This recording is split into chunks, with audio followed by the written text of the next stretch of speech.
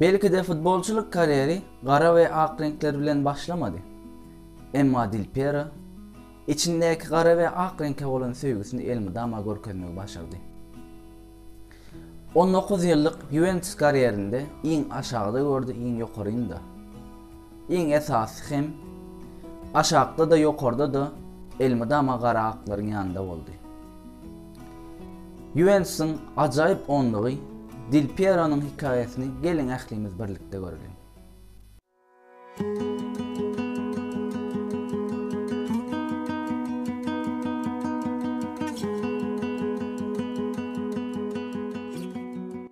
Alessandro Del Piero 1974 ýylyň noýabr aýynyň 9-nda Trofisa şäherinde dünýä indi. Bir näçe çağlar ýaly Alessandro'da futbol janköýerdi. O yaşlarında futbola olan sevgisinden şeylerek bellep geçti. Kiçicek vaktim futbol topundan başkalar hakda pikir edemoktum. Ağam Stefano da menin ýaldy. O top soň bilen okdy, men orta top hakkında pikir etdim. Her gün bir näçe sagatlap dowam eden akşam maçlarında ýeňi çykanman aklyma goýdy. Kiçirek bir meýdançany ışıklar bilen ýagtyldyp stadiony öwren kakam bizim Çempionlar Ligamyzy gurýar. Yatmak üçin yatama geçemden sonra bolsa erteki maçlaryň pikirini edýär. Ýuwaş futbolçy bolmagyň arzuwyny edip başlady. Topsuz ýaşap bilemok. İçinden elmydama futbolçy bolmagyň arzuwyny eden Alessandro futbola ilkinji ädimini 13 ýaşynda San Van Demiano'da erdi. Ol wagtlar şeýlerek ýatly. Ejem ilkinji trenerim Umberto Presti'ye men derwede goýmagyny aýdypdy. Onun pikirçe o ýeri algamajagym we özüme zeper ýetip bilmejegim ýeke tek pozisiýondy. Emma moğolym mon dinlemek. 8 ýaşymda başdan geçirmelerime başlady. İlkinji toparym San Van Demiano'dy. Şeýle bir bagtlydym. Ahyry soň bir futbolçy bolup. Del Piero 1997 ýylda 17 ýaşynda wagty Padova toparyna transfer boldy we ilkinji kontraktyn baglanşyp. Padova'da 1992 ýylda ilkinji golunu salyp. 1991-93 ýyllar arasynda 14 gezek Padova formasyny giydi we Alessandro ahyr soň legendasy boljak Torino topary Juventus'a 1993 sezonunda ilkinji ädimini etdi.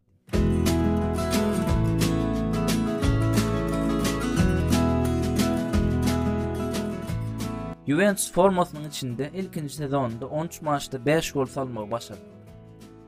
Soňrak sezonunda Juventus toparyň başyna Marcelo Lippi'ni getirdi.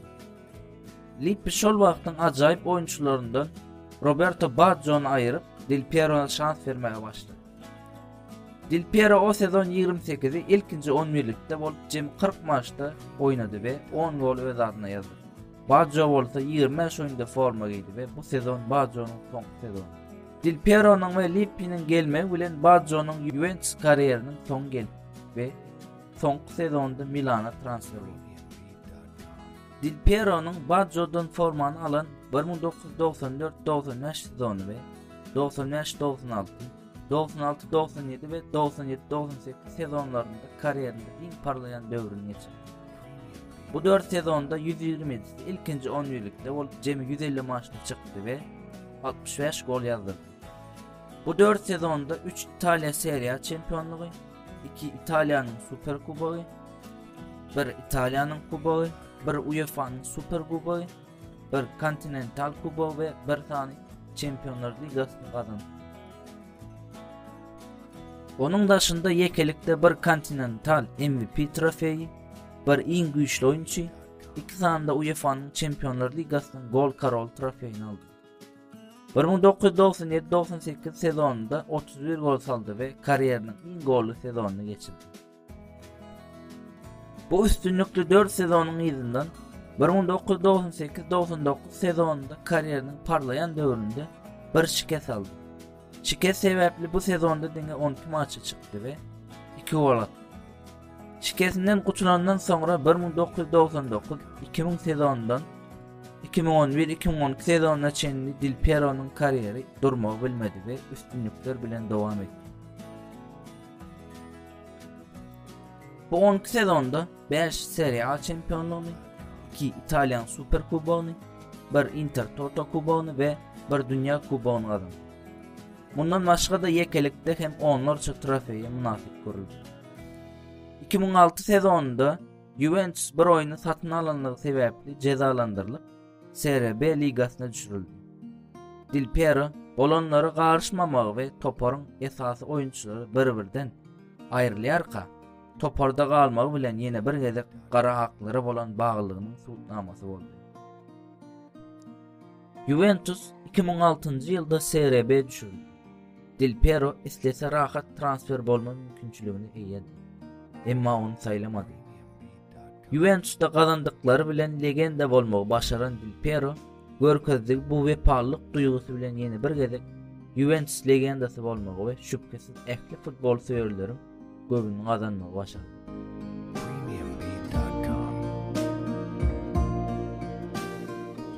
...2006-2007 sezonunda Serie B ligasına düşen ve -9 açko bilen başlayan Juventus 42 maçta 4 gezek yenildi ve 85 açko topladı ve şampiyon oldu.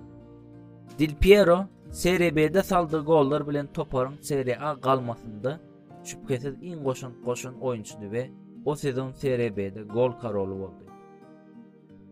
İtalya'nın Serie B ligasında cem 23 gol saldı. O dövür 1997-98 ve 2007-2008 sezonundan sonraki en köp golü sezonuna geçirdi. Öde 23 golü o sezonu şu acayip sözler bilen dile getirdi. Kariyerimin en yukarı kalan dövründe Dünya Kubogunu da kazanandan sonra 2006 yılın 6. sentyabrında Serie B'de oynamak 14 yıl bundan o ligada Padova'da forma derlettiğim günlerimi yattı. Emma 3 tapa oldu. Qara ak forma, kapitanlık belliği ve arkamda 10'luk nomer.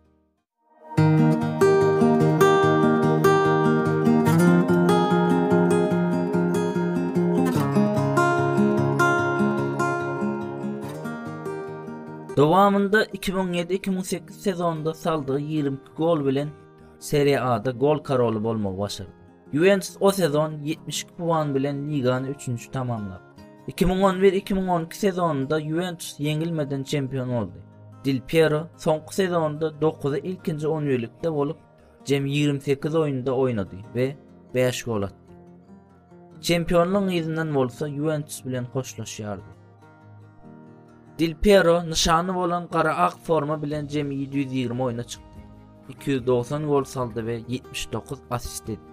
Juventus jankörlerinin yıllar boyu hiç islemediği ve gitmeginden budama korktuğu legendasının hoşlaşık vakti geldi.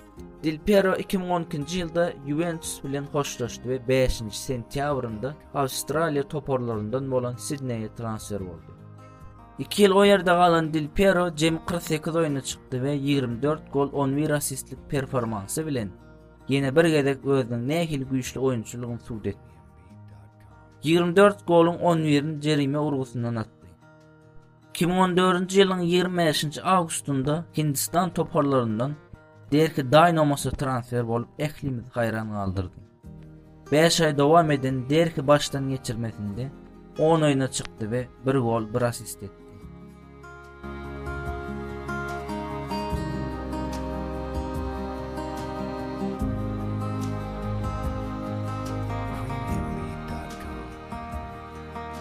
İtalya'nın milli gındası bilen 9. oyuna çıkan Del Piero 27 gol salmağı başardı. Kariyer boyunca cem 778 klub maçına çıktı ve 316 gol 93 asist etti. Bir neçe yekilikdeki trofeyi ve kubokların yanından Del Piero jerime urgusundan saldığı onlarca gol bilen adını futbol tarihine altın harfler bilen yazdıran ulu bir yıldız oldu. Futbol taşladıktan sonra 2019 yılda Amerika'nın Los Angeles şehrinde işini devam ettiriyen Los Angeles 10 adlı klubun eýesi boldy. Bundan başga da Los Angeles'te bir restoranın eýesi. Del Piero İtalya futbolunun soňky döwürlerde yetiştirdiği şüphesiz en ukyplylarından biriydi. Pele'nin ıglan ettiği dünyanın en gowy 100 futbolçusu sanawynda öz yerini aldy. Özüne çeken jerime urgulary, güýçli driblingleri, ajaýyp teknikasy, meydançada ajaýyp ýolbaşçylyk häsiýetleri, nokoda açyş asistleri we obodon gollary bilen hakyky bir ýyldızdy. Meydançadaky Beyk Dilpero'nun ýanyndan meydançaň daşynda hem hakyky Beyk Dilpero bolmagy başardy. 19 ýyllap Juventus formasyny giydi. Hoşlaşygynyň soňundan Juventus dolandyrjylarynyň geýdigi 10-lyk nomerin özünden soňra muzeýe goýma maslahatyna yüz döndürdi we aslında nähili bir sade häsiýetliligini ýene bir gezek görkezdi. Elmydama syla gören we ullakan bir häsiýete eýe boldy. Iň esasy hem Juventus'a ilkinji golum boş kagda tutdum. Soňky golumda şeýle boldy diýip biljek klubuna bagly bir futbolçudy. Dilpero adamydama üstünlükler bilen ýatlandy. 2008-nji ýylda klub taryhynyň iň abraýly oýunçysy saýlandy we öz adyna şüpkesiz iň uly nişany hem şol wagt aldy. 10-lyk nomer deninde Ýewropa futbolunda aklyna gelen ilkinji oýunçylardan Dilpero. Onun için tayarladığım hikaýany halansınız diýip umid edýän.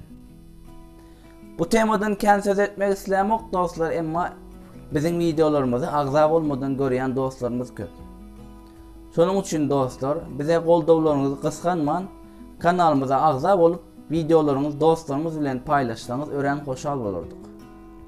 Ve öz haýyşlaryňyzy, ýagny haýsy futbolistiň hikaýasyny ýa-da trenerin hikaýasy barada ya da başka temada video çıkarmagymyzy isleýän bolsaňyz kommentariýa bölümimizde ýazyp bilersiňiz. Indiki videomuzda görüşýänçe hoş, sag olun.